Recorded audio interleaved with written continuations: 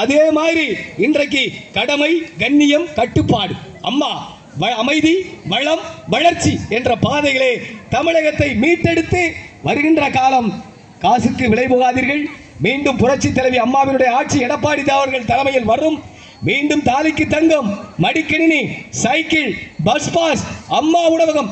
தூத்துக்குடி பெரியாஸ்பத்திரி இருக்கு பாருங்க. அந்த பெரியாஸ்பத்திரியில் இதய நோய் வந்துச்சுன்னு வச்சிருங்களேன். அந்த இதய நோய் வந்தால் கேன்சர், புற்றுநோய், மிகவும் மருந்தே கண்டுபிடிக்க முடியாத அந்த கொடிய நோய் புற்றுநோய். அதை கண்டுபிடிக்கிற கருவியை பெரியாஸ்பத்திரியில் கொண்டு வந்தாங்க எங்களுடைய சுகாதாரத்துறை அமைச்சர் விஜயபாஸ்கர். கிட்டத்தட்ட 4-5 வருஷம் ஆயிட்டு வந்து எடப்பாடியாருடைய ஆட்சி காலத்தில் தான் இன்றைக்கு அப்படிப்பட்ட உன்னதமான திட்டம். இன்னைக்கு 10 கோடி. இன்னைக்கு பெரியாஸ்பத்திரி அம்மா இருந்த காலத்தில், எடப்பாடியார் இருந்த காலத்தில் எப்படி இருந்துச்சுன்னு பாருங்க. இன்னைக்கு போய் பெரியாஸ்பத்திரி பாரு, நாறுது. எங்க பார்த்தாலும் துப்புரவு பணியாளர்கள் இல்லை, அவர்களுக்கு சம்பளம் கொடுக்கவில்லை, அவர்கள் ஸ்ட்ரைக் பண்ணுகிறார்கள். ஆக இந்த அரசை சீக்கிரம் வீட்டுக்கு அனுப்பிவிட்டு வருகின்ற காலங்களில் புரட்சி தலைவி அம்மாவினுடைய அரசு அமையும். இப்ப அண்ணா பல்கலைக்கழகம் ஒரு பல்கலைக்கழகம் இருக்குக்கா.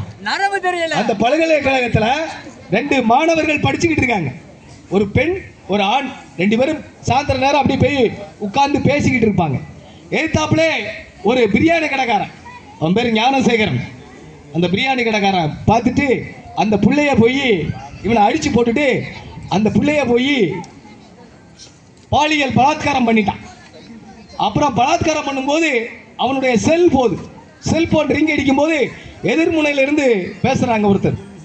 உடனடியாக மூடி மறைக்க வேண்டும், யாரிலையும் கொள்ளாதீர்கள் என்ற ரகசிய உத்தரவு வருகிறது. அந்த பெண்ணுகிட்ட வாக்குமூலம் கொடுக்கிறாங்க. அந்த பெண் கேட்டா, ஒரு சார் பேசுறாங்க. யார் அந்த சார்? இதைதான் எங்களுடைய எடப்பாடியார் அவர்கள் சட்டப்பேரவையிலே யார் அந்த சார் என்று கேட்டா, அதற்கு இன்று வரை தெரியவில்லை. அம்மாவை கொலை பண்ணிட்டாங்க, அது பண்ணிட்டாங்க, இது பண்ணிட்டாங்க. அது என்ன ஊரு? கொடநாடு. அதை கண்டுபிடிக்க போறேன்னு சொல்லி நான் கண்டுபிடித்து விடுவேன், குற்றவாளிகள்லாம் கண்டுபிடிக்கன்னு சொன்னாரு ஸ்டாலின். கண்டுபிடிக்க முடிஞ்சுதா? இன்னும் கண்டுபிடிக்க முடியுதா? ஏயா அவ்வளவு பெரிய அப்பல்லோ ஆஸ்பத்திரி அம்மாவின் மரணத்தை பற்றி நேரடியாக போட்டு கொடுத்துட்டானே. அம்மாவினுடைய மரணம் இயற்கை மரணம் என்று சொன்னாரே.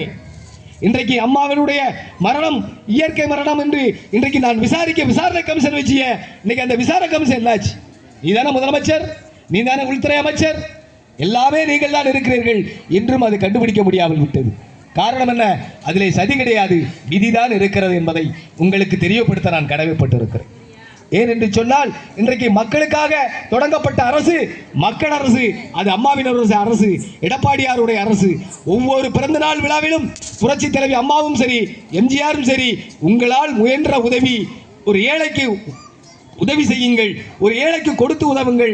இந்த இயக்கமே எடுக்கிற இயக்கம் கிடையாது, ஏழைகளுக்கு கொடுத்து இயக்கிற ஒரு இயக்கம். இன்னைக்கு எம்ஜிஆர் இருந்தார், சத்யா ராமாவரம் தோட்டம்னு ஒரு தோட்டம், அருமையான தோட்டம். எம்ஜிஆர் வீடு இருக்கும். 24 மணி நேரம்க்கா அடுப்புற சாப்பாடு, அண்டாவில் சாப்பாடு, சோறும், மீன் குழம்பு, கருவாட்டு குழம்பு, எறா, சிக்கன், மட்டன்னு அந்த வீட்டில், எம்ஜிஆர் வீட்டில் வகை வகையாக சாப்பிடுவாங்க. இங்கேருந்து போன கட்சிக்காரெல்லாம் வயிறார சாப்பிடுவான். எம்ஜிஆர் காலத்திற்கு பிறகு அண்ணா எம்ஜிஆருடைய அம்மாவினுடைய படத்தை, அந்த சிலையை அப்படி உருவித்து வெளியில் போகும்போது தான் எம்ஜிஆர் போவார், தாயை வணங்கிக்கிட்டு தான் போவார். அப்படிப்பட்ட அந்த ராமாவரம் தோட்டத்தில் எம்ஜிஆர் மறைவுக்கு பிறகு எம்ஜிஆர் என்ன எழுதி வச்சிட்டார்னா, அங்கே எனது வாரிசுகளுக்கு அங்கே இடம் கிடையாது, எம்ஜிஆருடைய அண்ணன் மகளுக்கு அங்கே இடம் கிடையாது, எம்ஜிஆருக்கு சிறுநீரை கட்டி கொடுத்த அந்த பிள்ளைகளுக்கு அங்கே இடம் கிடையாது. அந்த இடத்தை யாருக்கு கொடுத்தாங்க தெரியுமா? எம்ஜிஆர் கண்ணு இல்லாதவங்களுக்கு, காது கேட்க முடியாதவங்களுக்கு, கால் நடக்க முடியாதவங்களுக்கு, இப்ப சொல்லுறமே மாற்றுத்திறனாளிகள் என்று, அந்த மாற்றுத்திறனாளிகளுக்கு ராமாவரம் தோட்டத்தை எழுதி வைத்து அதிலே ஆலந்தூர்ல கிட்டத்தட்ட ஒரு 12 காம்ப்ளெக்ஸ் இருக்கும். சத்யா தோட்டம் என்று காம்ப்ளெக்ஸ் இருக்கும். அந்த காம்ப்ளெக்ஸ் உள்ள வருமானம் அந்த ராமாவரம் தோட்டத்தில் இருக்கிற குழந்தைகளுக்கு இன்றளவும் நடத்தி கொண்டிருக்கிறது. இதுதான் ஒரு மக்கள் தலைவர் செய்த செயல். அதைத்தான் இன்றைக்கும் எம்ஜிஆர் நமது உள்ளங்களிலே வாழ்ந்து கொண்டிருக்கிறார் என்று சொன்னால் அவர் செய்த அற்புதமான திட்டங்கள். அப்படிப்பட்ட திட்டங்கள் கொடுத்தது எம்ஜிஆர். கருணாநிதி கடன் ஆயிட்டாக்கா, வீடு ஏலத்தில் போகுது, ஏலத்தில் போறதுக்கு 4 மாசம் இருக்கு, ஒட்டிட்டான் கருணாநிதி வீட்டை. எம்ஜிஆர் கிட்ட போய் அழுதாரு. யாரு? கருணாநிதி. 40 ஆண்டு காலம் நெருங்கிய நண்பர் எம்ஜிஆர். எம்ஜிஆர் கிட்ட போய் சொல்றாரு, என் வீடு கடன்ல இருக்கு, என்ன செய்ய அப்படின்னு கேட்டார்.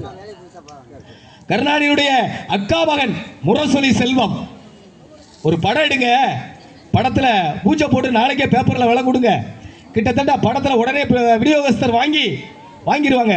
3 மாசத்துல படத்தை நடிச்சு கொடுத்தா அந்த வருமானம் வந்து அந்த வீட்டுக்குள்ள கடன் அடைச்சிடலாம் அப்படின்னு சொன்னாங்க. எம்ஜிஆர் நடிகர், எம்ஜிஆர் சரின்னு சொல்லிட்டார். எம்ஜிஆருடைய சம்பளம் எவ்வளவு தெரியுமா? அன்றைய நேரத்திலே எம்ஜிஆர் 5 லட்சம் ரூபாய் சம்பளம் வாங்குவார். இப்போ இன்னைக்கு வாங்குறாங்கல்ல, இன்னைக்கு வாங்குற 5 லட்சம் இன்னைக்கு 500 கோடிக்கு சமம்.